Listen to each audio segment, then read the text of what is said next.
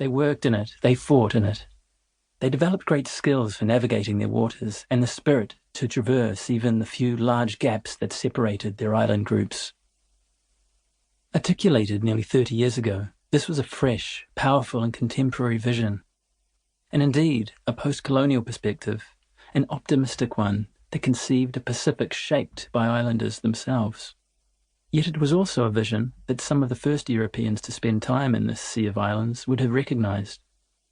Among the earliest observers of any Pacific society to live among people, rather than just interact with them in the course of an expedition, was the bounty mutineer James Morrison, who spent the better part of 2 years in Tahiti before being captured and taken back to England. If this imprisonment at first on the voyage home and then in England was no doubt miserable, and the prospect of the death penalty terrifying, it's fortunate for posterity that he was taken into custody, since he prepared an insightful early report of Polynesian life, as well as a detailed account of the experience of the voyage and the mutiny, which helped him win a pardon.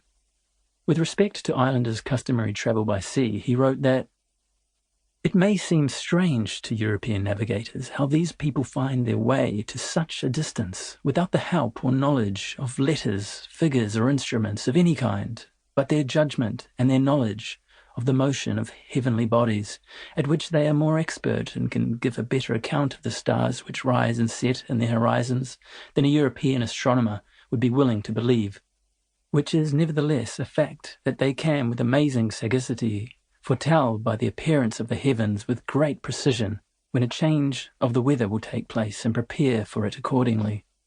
When they go to sea, they steer by the sun, moon, and stars, and shape their course with some degree of exactness." The earliest foreign visitors to the Pacific were astounded and perplexed by the presence of people on islands thousands of kilometers from continents. As well they might have been, over the millennia of human history. Our species has been largely, indeed overwhelmingly, content-based. James Cook and his naturalists and companions asked, who were these people? From where did they come? How were they able to reach islands dispersed over such vast tracts of ocean? These questions have been asked ever since, at first by the more curious among mariners, naval men and missionaries, and subsequently by folklorists, linguists, anthropologists, and archaeologists. From a surprisingly early date, some of these scholars were islanders themselves. Over recent decades, there has been a decisive sea change in the academic field. Questions of how, when, and why voyages were undertaken have been considered not only in the university seminar rooms in North America, Europe, Australia, and New Zealand, but also in community settings and through conversation in which scholars and practitioners, master navigators such as Larry Ragatell, of Indigenous heritage, have become increasingly prominent. New research, driven by a bewildering range of advanced techniques in genetics, linguistics, archaeology, and studies of past climates, among other fields, have generated fresh understandings. The many resulting publications include magisterial archaeological syntheses such as Matthew Sprigg's The Island Melanesians, 1997, and Patrick Kirch's On the Road of the Winds, 2017. Voyagers does not attempt the deep but unavoidably technical review of carbon dates and similar data that such studies provide. Instead, it offers an overview of chapters in human history that are unlike humanity's collective experience in any other part of the world.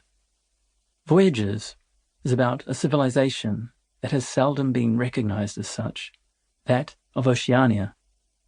It addresses questions that have long been debated. Who? From where? How? But is also concerned with the new meanings that these old questions have now. What was it, and what is it, to be an islander? Chapter 1. The Same Nation, Theories and Myths of Pacific Settlement. For over 250 years, Europeans knew of the Pacific, but knew nothing about it at all. In September 1513, the Spanish conquistador Vasco Núñez del Balboa crossed the Isthmus of Panama, sighting the sea from high ground. Struggling through jungle and killing indigenous peoples along the way, he and his